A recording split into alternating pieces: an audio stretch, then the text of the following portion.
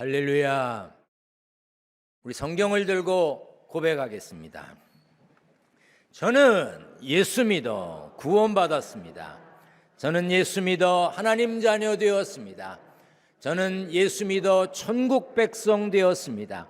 하나님께서 선물로 주신 오늘 하나님 말씀으로 가르침을 받습니다. 눈을 열어 주의 법 안에 있는 놀라운 진리를 보고 깨닫게 하소서. 아멘으로 순종하여 하나님께 영광 돌리는 삶 되게 하소서. 아멘. 예수님의 탄생 이야기가 마태복음과 누가복음에 기록되어 있지만 전하는 내용이 모두 같지는 않습니다. 마태복음 2장에는 예수님 나심을 축하하려고 동방에서 박사들이 왔었다고 되어 있습니다. 당시 유대 지역을 통치하던 분봉왕 헤롯이 있었습니다. 분봉왕이라는 것은 로마의 황제의 임명을 받아서 어떤 지역을 다스리는 사람을 가르칩니다. 그런데 그 지역에서는 왕으로 불렸지요.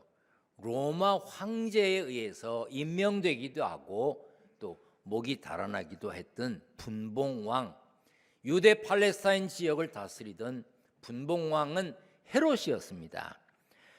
그가 예수님을 죽이려고 했던 일도 기록되어 있습니다.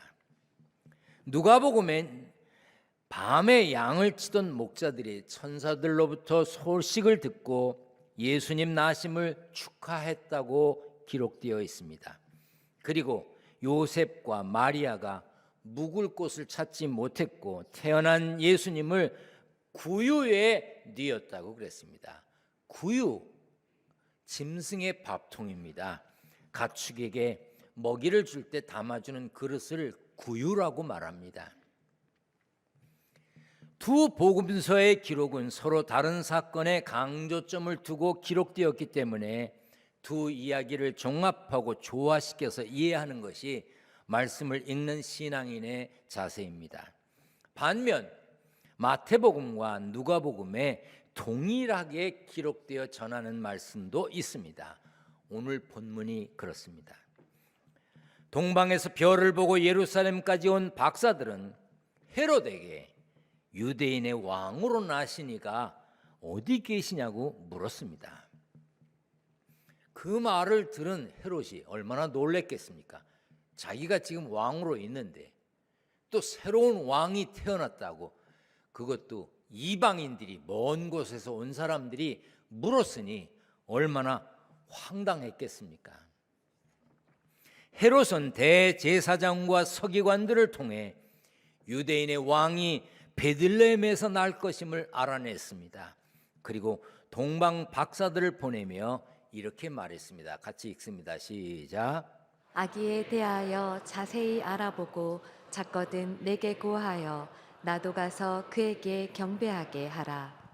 동방 박사들이 예수님을 찾아 알려주면 헤롯은 예수님을 죽여 왕위를 계속해서 지키려고 했던 것이지요.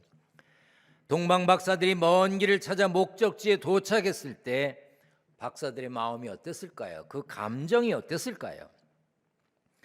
그들이 별을 보고 매우 크게 기뻐했다고 했습니다. 영어 성경에 보면 박사들이 overjoy, 기쁨이 넘쳤다고 표현했습니다. 누가복음에 보면 밤에 양을 지키던 목자들은 주의 사자 천사가 나타나자 무서워했습니다. 천사는 무서워하는 목자들에게 이렇게 말했습니다. 시작. 무서워하지 말라. 보라, 내가 온 백성에게 미칠 큰 기쁨의 좋은 소식을 너희에게 전하노라. 동방 박사들은 예수님 나신 곳에 도착했을 때 크게 기뻐했습니다. 목자들도 천사들에게 큰 기쁨의 소식을 전해 들었습니다. 이처럼 예수님의 탄생 소식은 많이 배우고 부유했던 동방의 박사들에게 기쁨이었고, 많이 배우지 못하고 부유하지도 못했던 목자들에게도 기쁨의 소식이었습니다. 물론 지금 현대를 사는 우리들에게도 예수님 탄생은 기쁜 소식입니다. 안 기뻐요? 예수님이 나셨기 때문에 예수 믿음으로 구원받고 예수 믿음으로 멸망치 않고 천국 백성이 된 것입니다. 그래서 메리 크리스마스 하는 것이고 그래서 기쁘다 그러는 거예요. 그런데 아멘을 반쯤만 한 것 같아. 우리들에게도 예수님 나심은 기쁨입니다. 미국 심리학협회 회장을 지낸 펜실베니아 대학교의 마틴 셜리그만 교수는 행복을 위해서는 5가지의 요소가 갖추어져야 한다고 그랬습니다. 첫째, 기쁨. 둘째, 성취감. 셋째, 건강한 인간관계. 넷째, 참여. 5번째, 의미 있는 삶. 이 5가지 중에 가장 먼저 거론되는 것이 기쁨입니다. 사람은 기쁨이 있어야 행복합니다. 아무리 많은 것을 가졌어도, 아무리 주머니에 돈이 많아도, 은행에 아무리 돈이 많아도, 부동산을 아무리 많이 가지고 있어도, 금괴를 아무리 많이 가지고 있어도 기쁨이 없으면 행복하지 못한 겁니다. 아무리 많이 배웠어도, 아무리 많이 아는 척해도 그 지식이 고민만 더하고 기쁨을 주지 못한다면 그 지식 때문에 행복하지 않습니다. 사람은 누구나 즐겁게 살기를 원합니다. 그러나 모두 기쁘게 사는 것은 아닙니다. 지금 시대는 얼마나 편안합니까? 모든 게 편안합니다. 여러분들도 편안한 시대에 편안하게 살고 있습니다. 현재 교회에 놓는 의자 중에는요, 무슨 극장식으로 만든 의자를 빼고 전통적인 교회 의자 중엔 지금 여러분들이 앉아있는 의자가 제일로 편한 겁니다. 뭘 알고나 앉아 계세요. 값도 비쌉니다. 편안해졌습니다. 편리해졌습니다. 얼마나 살기가 편리합니까? 그런데 편안하고 편리해지긴 했지만 평안하질 못해요. 기쁨을 찾기가 어려운 시대입니다. 즐길 것이 많아서 재미는 있지만 기쁨을 누리기 어렵습니다. 처음 세상을 만드신 하나님은 매일매일 보시기에 좋았더라 하고 하루를 마감하셨습니다. 좋았더라 하는 하나님의 평가, 하나님 스스로의 평가는 기쁨이 담겨 있는 거예요. 여러분 저녁 잠자리에 들 때 오늘 참 좋았다, 오늘 정말 좋은 날이었어, 오늘 행복했어, 그런 날이 며칠이나 되십니까? 말씀으로 창조된 세상을 보시며 하나님은 매일매일 기쁨이 있으셨습니다. 그리고 아담과 하와를 만드신 하나님은 두 사람을 에덴 동산에 살게 하셨습니다. 에덴은 기쁨, 즐거움이란 뜻이 있습니다. 에덴 동산은 기쁨의 동산입니다. 즐거움의 동산이에요. 그러나 우리는 에덴 동산의 기쁨을 알지 못합니다. 죄로 인해 에덴 동산, 기쁨의 동산에서 처음 사람들이 쫓겨났기 때문입니다. 교회에 오면 왜 자꾸 회개하라고 하는지 아십니까? 회개해야, 죄를 지워야 하나님과의 사이가 회복되어서 에덴 동산의 기쁨을 누릴 수 있기 때문입니다. 예수님이 처음 기적을 행하신 곳은 가나라고 하는 곳입니다. 가나의 잔치집에 가셔서 예수님이 처음 기적을 행하셨습니다. 예수님이 어머님과 제자들과 함께 참여했던 그 잔치집에 포도주가 떨어졌어요. 그 당시 잔치집에 포도주가 떨어졌다는 것은 보통 일이 아니었습니다. 우리나라에서는 오래전부터 결혼, 회갑, 칠순 이런 잔치를 하면서 손님을 대접할 때는 밥과 반찬을 내놓는 반상보다는 국수와 김치를 내놓는 면상을 내놨어요. 그래서 주로 잔치집, 손님을 많이 대접하는 곳에 가면 면을 먹었죠, 국수를. 그래서 나이가 찬 젊은이들에게 국수 언제 줄 거야 하는 이야기는 잔치 언제 할 거야 하는 뜻이 담겨 있는 것입니다. 유대인들에게 포도주는 우리의 국수와 같았습니다.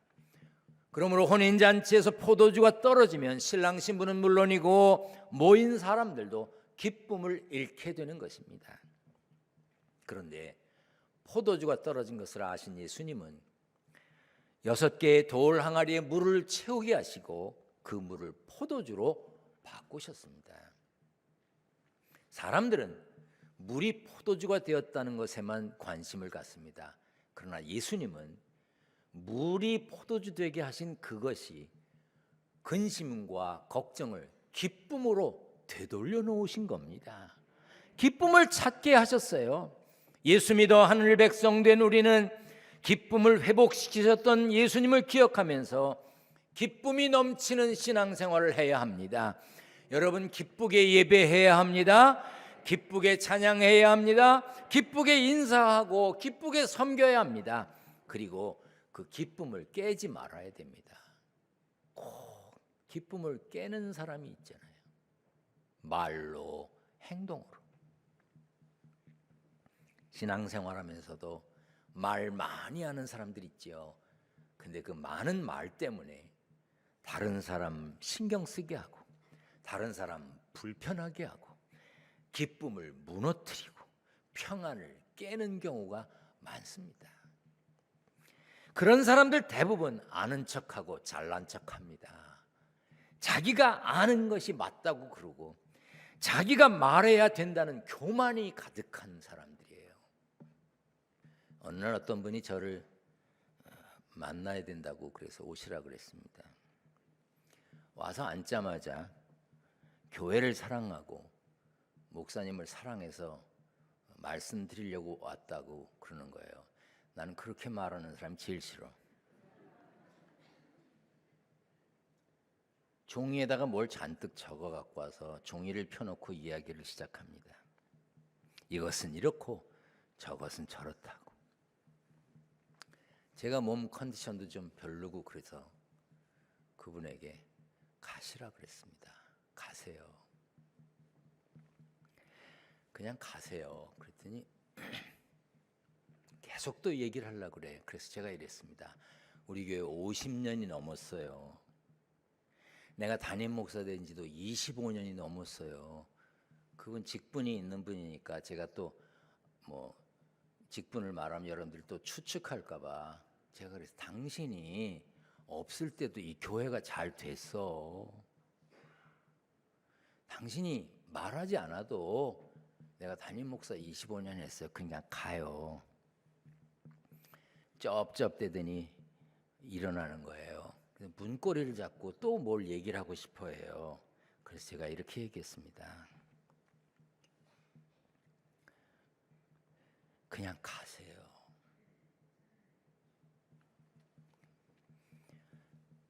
여러분, 기둥교회 평안한 교회지요. 기둥교회 평안하지요? 여러분들은 호수에 뜬 백조를 보고 하는 소리야. 겉에만 평안하지 밑에는 백조 다리가 퍼덕대는 게 시끄러워. 제가 뭐 때문에 골치 아프겠어요? 아이고, 잘난 척하고 말하는 사람 많아. 예수님 입막으려고 하고 예수님 가두려고 하고 예수님 팔아먹은 사람 다 똑똑하고 아는 건 많고 잘난 사람들이 그랬어요. 평안 깨지 마세요. 잘난 척하고 아는 척하지 마세요. 제가 그랬어요. 그 잘난 척이, 그 아는 척이 평안을 깨는 것이라면, 기쁨을 깨는 것이라면 하지 말아야지. 여러분들 집에서 아는 대로 다 얘기해요? 가정의 평안을 위해서 입 다물고 있는 거 있잖아. 우리 집은요 화목해요. 그런 얘기 함부로 하지 마세요. 누군가 참고 있는 거야. 누군가 참으니까 평안하지. 하고 싶은 말 다 해봐. 다 갈라서지. 제가 문고리를 잡고 있는 그분에게 그랬어요. 교회 사랑하세요? 저 사랑해요? 그럼 제발 기도 좀 하세요. 개인적으로 얼마나 기도하세요? 새벽 기도를 나와, 금요 심야 기도를 나와. 기도해요. 기도도 안 하면서 뭘 사랑해? 그리고 또 뭐라 그러는 줄 아세요? 그렇게 사랑하면 헌금하세요. 교회를 새로 짓고 여러 가지 하는데 헌금했어요? 보물이 있는 곳에 마음이 있다는데 마음도 없잖아. 마음 없는데 뭘 사랑해? 여러분, 기도도 안 하고 마음도 없는 사람이 하는 사랑한다는 말을 제가 믿을 것 같아요? 여러분들이 연애를 했을 겁니다. 여기 젊은이들 연애해요? 그런데 대화도 안 해. 만나지도 않아. 뭘 사주지도 않아. 그러면서 사랑은 한대. 예라이. 그게 사랑이에요? 하나님을 만나고 하나님께 기도하지도 않고 보물을 하늘에 쌓지도 않는데 뭘 사랑해?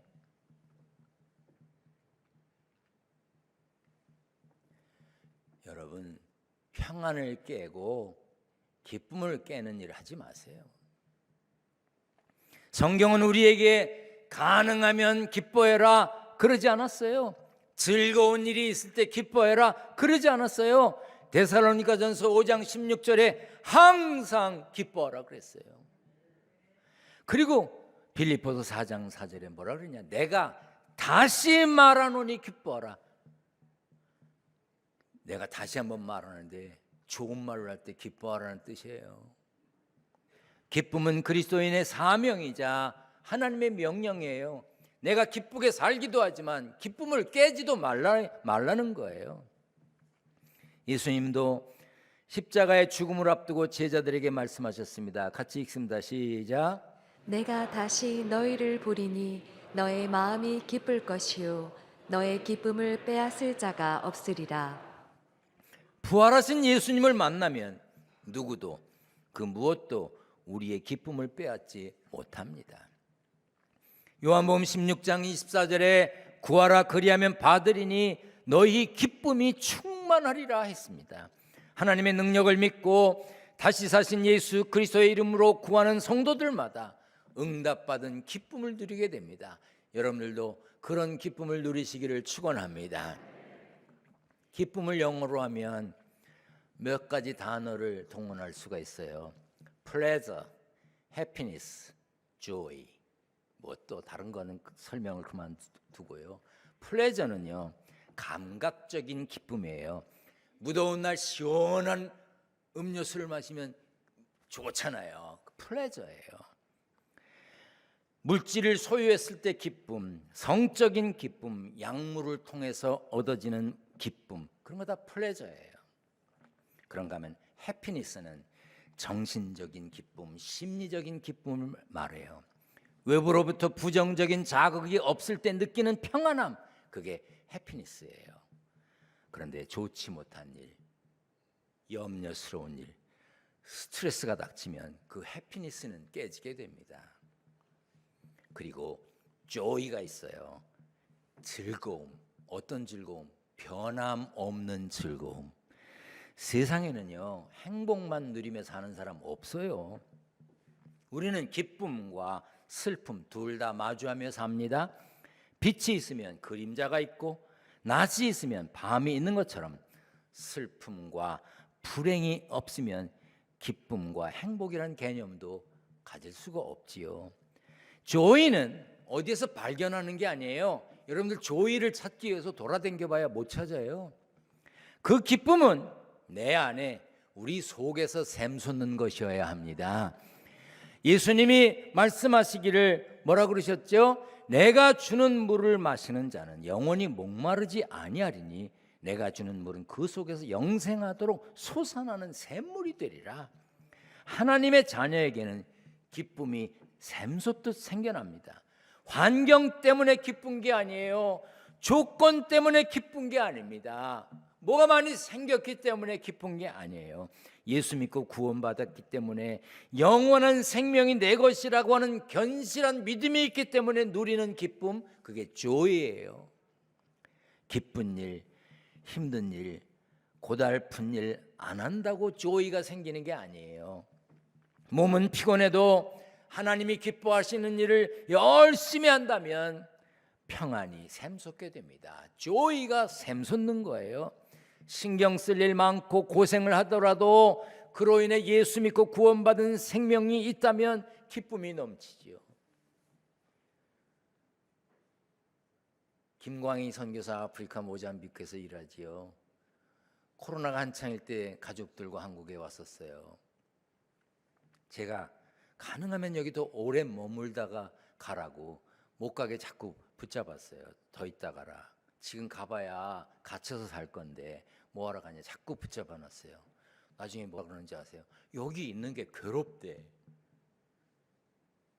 빨리 가서 일을 해야 그 아프리카 어린이들에게 복음을 전하고 교인들이 못 와도 교회를 돌아보고 하는 일을 해야 기쁘다는 거예요. 가겠다는 거예요. 그래서 가라 그랬어요. 우리는 그 기쁨을 이해하지 못합니다. 여러분, 조이, 기쁨으로 금년을 사셨습니까?